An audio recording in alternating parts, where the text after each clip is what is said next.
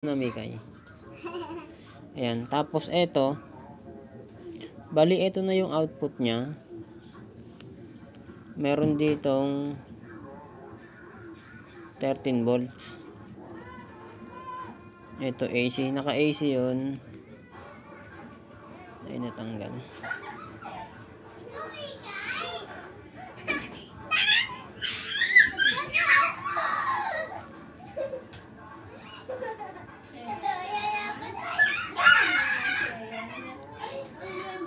Ayan.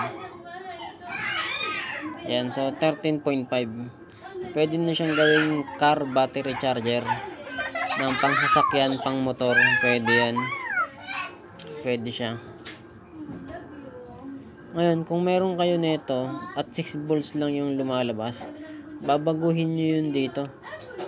Dito kayo magbabago para maging 12 volts siya.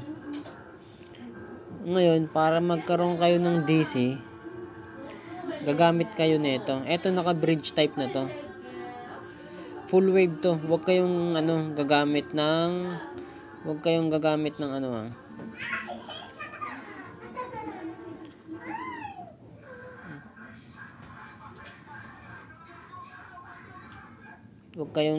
ng isang diode lang.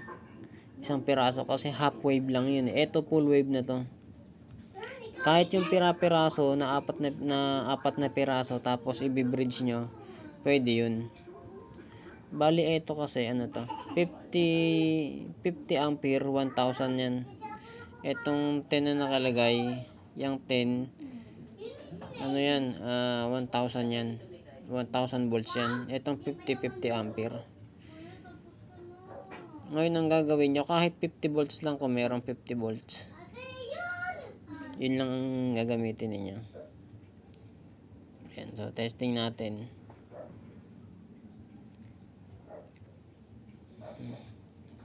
Sa DC naman tayo, DC. So naka DC yan. Pag sa DC meron tayong naka hertz pala.